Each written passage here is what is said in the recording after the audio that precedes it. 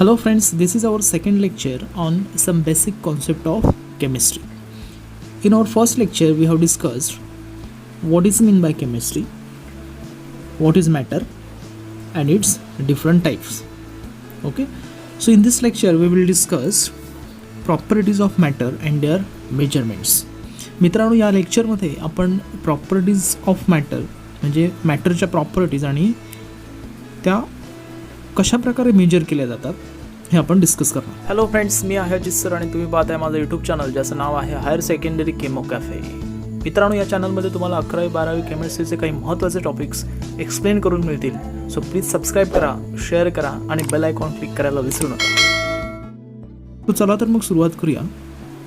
First point of discussion, properties of matter and their measurements. So friends, the matter has a characteristics property which can be classified into two categories: physical properties and chemical properties. मॅटरच्या ज्या काही characteristics properties आहेत त्या दोन प्रकारे classify केल्या जातात किंवा दोन कॅटेगरीमध्ये क्लासिफाय केल्या जातात. एक आहे फिजिकल प्रॉपर्टी आणि दुसरी केमिकल प्रॉपर्टीज. आता फिजिकल प्रॉपर्टीज म्हणजे काय? Physical properties are those which can be measure or observe without changing the chemical composition of the substance. ज्या प्रॉपर्टी आपण मेजर करू शकतो किंवा कुठलाही केमिकल चेंजेस न करता ज्या प्रॉपर्टी मेजर केल्या जातात त्या प्रॉपर्टीजना फिजिकल प्रॉपर्टीज असं म्हटलं जातं. आता फॉर एक्झाम्पल कलर असेल, odour, melting point, boiling point, density, ह्या प्रॉपर्टी आपण डायरेक्टली मेजर करू शकतो. त्यामध्ये कुठल्याही केमिकल चेंजेस करायची गरज नसते. ओके, सो अशा प्रॉपर्टीजना आपण फिजिकल प्रॉपर्टीज म्हणतो. And the chemical properties are those where the substance undergoes chemical change. Chemical प्रॉपर्टीजमध्ये सबस्टन्स केमिकल कंपोजिशनमध्ये चेंज होतो किंवा सबस्टन्सच्या ज्या केमिकल कंपोजिशन्स आहेत त्या चेंज होतात. For example burning of coal. आपण समजा कोळसा असेल तो बर्न केला तर त्याची केमिकल रिॲक्शन होते विथ ऑक्सिजन आणि त्याचं केमिकल कंपोजिशन चेंज होते. So this is a measurement of chemical property of coal. कोलची ती आपण काय केली, केमिकल प्रॉपर्टी मेजर केली, action of air on coal. Okay, किंवा आपण मॅग्नेशियम असेल आणि मॅग्नेशियम एअरमध्ये बर्न केला असेल तर त्याचं मॅग्नेशियम ऑक्साईड तयार होतं. सो त्याची केमिकल प्रॉपर्टी आपण मेजर केली by changing chemical composition, action of air. So these are the chemical properties. Okay. Many properties of matters are quantitative in nature. बऱ्याचशा ज्या प्रॉपर्टीज आहेत मॅटरच्या त्या क्वांटिटेटिव्ह आहेत, म्हणजे आपण त्या क्वांटिटीमध्ये मेजर करतो. For example mass, length, area, pressure, volume, these are the properties which are quantitative in nature. So any quantitative measurements is expressed by number followed by unit in which it is measured. कोणतंही quantitative measurements आपण नंबरमध्ये express करतो आणि त्यानंतर त्याचं unit लिहितो की ज्यामध्ये आपण ते मेजर केले. ओके, समजा लेंथ आपल्याला मेजर करायची असेल तर आपण काय करणार, ते स्केलने मेजर करणार, बरोबर ना? मीटर स्केलने मेजर करतो आणि नंबर लिहितो. समजा 10 आलं असेल तर 10, त्याच्यानंतर त्याचं युनिट लिहितो मीटर. ओके, समजा आपल्याला व्हॉल्यूम मेजर केलं आहे आपण आणि तो व्हॉल्यूम समजा 20 आला असेल तर 20 हा नंबर लिहितो आणि त्यानंतर आपण त्याचं युनिट लिहितो 20 मीटर क्यूब. मीटरमध्ये मेजर केलं असेल तर मीटर क्यूब लिहितो, सेंटीमीटरमध्ये मेजर केलं असेल तर सेंटीमीटर क्यूब लिहितो, बरोबर ना?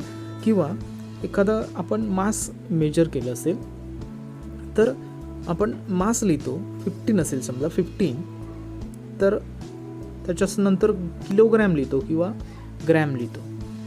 Okay, so what are units? Units म्हणजे काय ते आपण आता डिस्कस करू. So units are arbitrarily decided and universally accepted standards. Units ही अशी स्टँडर्ड्स आहेत की आर्बिटरीली डिसाइडेड आहेत आणि युनिव्हर्सली ॲक्सेप्टेड आहेत. एखाद्या वस्तूचं आपल्याला जर मास मेजर करायचं असेल तर त्यासाठी आपण किलोग्रॅम हे युनिट वापरतो किंवा ग्रॅम वापरतो. त्यापेक्षाही छोटा असेल तर मिलीग्रॅममध्ये वापरतो. लेंथ असेल तर त्यासाठी मीटर वापरतो, मीटर हे स्केल किंवा युनिट वापरतो. त्यानंतर टाईम आहे त्यासाठी सेकंड हे युनिट वापरतो. इलेक्ट्रिसिटी असेल तर ॲम्पियर वापरतो, टेम्परेचर असेल तर केल्विन वापरतो. So these are the units. यांना युनिट्स असं म्हटलं जातं जी कशी आहेत आर्बिट्ररीली डिसाइडेड आहेत आणि युनिव्हर्सली ॲक्सेप्टेड आहेत. आपण त्यामध्ये कोणताही चेंज करू शकत नाही. ठीक आहे. So there are several systems in which the units are express.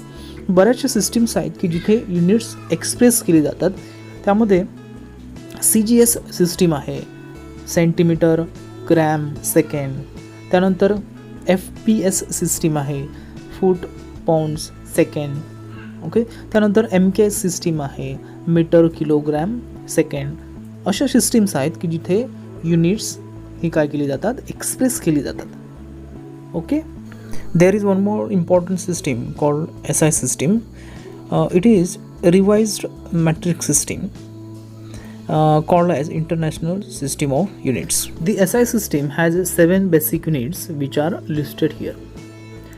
These are the fundamental scientific quantities, and other units like speed, volume, density, etc. can be derived from these quantities. So या टेबलमध्ये तुम्हाला महत्त्वाची 7 SI units दिलेली आहेत आणि इतर जी units आहेत म्हणजेच जी आपण काय करतो काही प्रॉपर्टीसाठी वापरतो, जसं स्पीड, व्हॉल्यूम, डेन्सिटी असेल त्यासाठी वापरतो, ती आपण काय करतो या 7 बेसिक युनिट्सपासून डिराईव्ह करतो आणि त्यामुळे त्यांना डिराईव्ह युनिट्स असं म्हटलं जातं. ओके. आपण एक एक्झाम्पल घेऊ. समजा आपल्याला व्हॉल्यूम या प्रॉपर्टीचं युनिट डिराईव्ह करायचं असेल तर आपण कसं डिराईव्ह करतो बघा. आता व्हॉल्यूम मेजर करत असताना समजा आपण डिस्टन्स जर मीटरमध्ये घेतलं असेल तर volume is equal to height length into width. Okay. So metre into metre into metre is equal to metre cube. So metre cube is the derive unit of volume. आपण एक दुसरा एक्झाम्पल घेऊ, density. So डेन्सिटीचा formula आहे density is equal to mass upon volume. So unit of mass is kilogram and that of the volume is meter cube. Therefore derived unit of density is equal to kilogram per meter cube. So these two are derived unit. Okay. Now we are going to discuss physical properties of matter. First physical property is mass and weight. So mass is the measure of a quantity of matter a body contains. एखाद्या बॉडीमध्ये किती क्वांटिटीमध्ये matter आहे म्हणजेच काय mass. The mass of a body does not varies as its position changes. जेव्हा position एखाद्या बॉडीची चेंज होते तेव्हा त्याचं मास चेंज होत नाही, but weight of a body changes with the change in position of body. Because weight is depends on mass and gravitational attraction. So as the gravitational attraction changes weight is changes. Weight का होतं, change होत जातं. समजा gravitational force decrease होत असेल तर weight का होणार, डिक्रीज होणार. If gravitational force increases weight is also increases. आपण याचं एक्झाम्पल बघितलं आहे. एखादं ऑब्जेक्ट स्पेसमध्ये का होतं, फ्लोट होतं, तरंगतं. बघितलं आपण बऱ्याच व्हिडिओमध्ये. जे ऑब्जेक्ट्स असतात स्पेसमध्ये ती का होतात, फ्लोट होतात. ओके. कारण काय तर तिथे ग्रॅव्हिटेशनल फोर्स हा असतो, झिरो असतो. सो ग्रॅव्हिटेशनल फोर्स झिरो असल्यामुळे त्याचं वेट का होतं, झिरो होतं. Hence the mass of a body is a more fundamental properties than the weights. Okay. The basic unit of mass in SI system is kilogram. आपल्याला माहिती आहे जे basic unit आहे मासचं ते किलोग्रॅम आहे. बऱ्याचशा वस्तू आपण किलोग्रॅममध्ये काय करतो, मेजर करतो. पण त्यापेक्षा कमी जर त्याचं वेट असेल तर ते फ्रॅक्शनमध्ये मेजर केलं जातं. फ्रॅक्शनल क्वांटिटी त्याला म्हणतो ग्रॅम आपण. Okay. So there is relation between gram and kilogram. 1 kilogram is equal to 1000 gram. त्यालाच आपण 10⁻³ ग्रॅम असं लिहितो. ठीक आहे. So this is about mass and weight. Now the next important property of matter is the length. Length of an object is express in generally metre. Generally आपण length जी आहे एखाद्या ऑब्जेक्टची ती मीटरमध्ये एक्सप्रेस करतो. In chemistry we come across the length while expressing properties like atomic radius, bond length, wavelength of electromagnetic radiation and so on. पण केमिस्ट्रीमध्ये बऱ्यापैकी आपण ॲटॉमिक रेडियस, बॉन्ड लेंथ किंवा वेवलेंथ ऑफ इलेक्ट्रोमॅग्नेटिक रेडिएशन्स अशा ठिकाणी काय करतो, लेंथ ही प्रॉपर्टी वापरतो. These quantities are very small and therefore fractional unit of SI unit of the length are used. ह्या ज्या क्वांटिटीज आहेत त्या कशा असतात, स्मॉल असतात आणि त्यामुळे आपण मीटर हे युनिट वापरू शकत नाही आणि त्यासाठी fractional unit of the length काय केला जातो, वापरला जातो. त्यामध्ये नॅनोमीटर आहे, पिकोमीटर आहे, अशा किंवा अँगस्ट्रॉम आहे, अशी युनिट्स काय केली जातात, वापरली जातात. So here 1 nanometre is equal to 10⁻⁹ metre किंवा 1 picometer is equal to 10⁻12 picometer. So here you have to remember this conversion. हे कन्वर्जन आपल्याला लक्षात ठेवायचं आहे. Okay, so this is about the length. Now third more important property is the volume. Okay, so volume is the measurable properties of matter and it is the amount of the space occupied by 3-dimensional object. एखादं 3-डायमेन्शनल ऑब्जेक्टने किती प्रमाणात space occupy केली आहे म्हणजे त्याचा volume.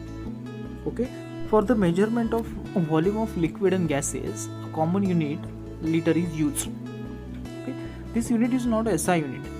हे unit SI unit नाही आहे, but SI unit of volume is express as metre cube. पण जे SI युनिट आहे ते मीटर क्यूब आहे. इथे आपल्याकडे 1 लिटर व्हॉल्यूम असलेला एक क्यूब आहे. ठीक आहे, या क्यूबची लेंथ आहे ती 10 सेंटीमीटर आहे. त्यानंतर हाईट आहे ती 10 सेंटीमीटर आहे.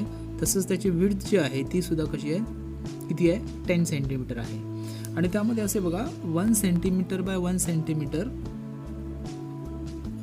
असे छोटे छोटे क्यूब्स आहेत. लक्षात येते. सो तुम्ही मला कॉमेंट बॉक्समध्ये या 1 लिटर व्हॉल्यूम असलेल्या क्यूबमध्ये असे छोटे किती क्यूब्स असतील हे सांगायचं आहे. ठीक आहे, कॉमेंट बॉक्समध्ये सांगायचं आहे मला. ओके, सो आपल्याला एक रिलेशन लक्षात ठेवायचं आहे. 1 litre is equal to 1 DM cube equal to 1000 ml is equal to 1000 CM cube. So इथे लक्षात ठेवायचं आहे ML आणि CM क्यूब सेम आहे. जर समजा 1 ml आपण कुठलंही लिक्विड घेतलं असेल तर त्याला आपण 1 CM क्यूब म्हणू शकतो. ठीक आहे. There are different kind of glasswares used to measure volume of liquid and solutions. Okay, इथे मी दिली आहेत बघा. ग्रॅज्युएटेड सिलेंडर आहे, देन ब्युरेट आहे, पिपेट आहे आणि व्हॉल्युमेट्रिक फ्लास्क आहे. ओके, व्हॉल्युमेट्रिक फ्लास्क जो आहे तो 250 ml चा व्हॉल्युमेट्रिक फ्लास्क आहे. Okay, so this volumetric flask is use to prepare a known volume of a solution of known concentration.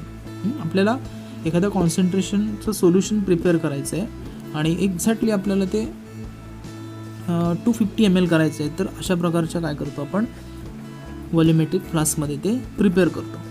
ठीक आहे. So this is about the volume of matter. Now the next important property is the density. यानंतरची property आहे ती म्हणजेच density.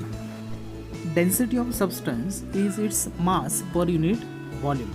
आपल्याला डेन्सिटीचं जे equation आहे ते माहिती आहे, mass of substance divided by its volume. So it is determined in laboratory by measuring both the mass and the volume of sample. Okay, the SI unit of density can be obtain as follows. आपण अशा प्रकारे SI unit काय करू शकतो, derive करू शकतो आणि म्हणून त्याला डिराईव्ह युनिट असं म्हटलं आहे. So SI unit of density is equal to SI unit of mass upon SI unit of volume. So SI unit मासचं जे आहे ते किलोग्रॅम आहे आणि व्हॉल्यूमचं आहे ते मीटर क्यूब आहे. त्यामुळे unit of density is equal to kilogram per metre cube. Okay, so this is the SI unit. But the CGS unit is gram per ml. Okay, gram per ml किंवा gram per centimetre cube हे CGS unit आहे, centimetre gram second. So this is about the density. Now the next point is the temperature. Temperature is a measure of hotness और coldness of an object. एखादा object किती hot आहे किंवा cold आहे हे आपण टेम्परेचरने काय करतो, मेजर करतो. There are 3 common scale to measure the temperature. 3 स्केलमध्ये आपण जनरली टेम्परेचर मेजर करतो. त्यामध्ये पहिलं आहे डिग्री सेल्सिअस, त्यानंतर degree Fahrenheit and Kelvin. Here Kelvin is SI unit. इथे केल्विन जे आहे ते SI युनिट आहे. ठीक आहे. Degree Celsius and degree Fahrenheits, these two scales are related with each other by the following relationship. Degree Fahrenheit is equal to 9/5 degree Celsius plus 32. The Kelvin scale is related to Celsius scale as follows. Kelvin is equal to degree Celsius plus 273.15. So this is the relation between degree Celsius and Kelvin. And also Fahrenheit and degree Celsius. So this is about the temperature of matter. So इथपर्यंत आपण properties of matter and their measurements हा point काही काहीला discuss केला. So मित्रांनो, हे lecture तुम्हाला कसं वाटलं हे कॉमेंट बॉक्समधून मला नक्की कळवा. जर आवडलं असेल तर लाईक करा, शेअर करा आणि चॅनलला सबस्क्राईब केलं नसेल तर सबस्क्राईब करायला विसरू नका. Bye bye.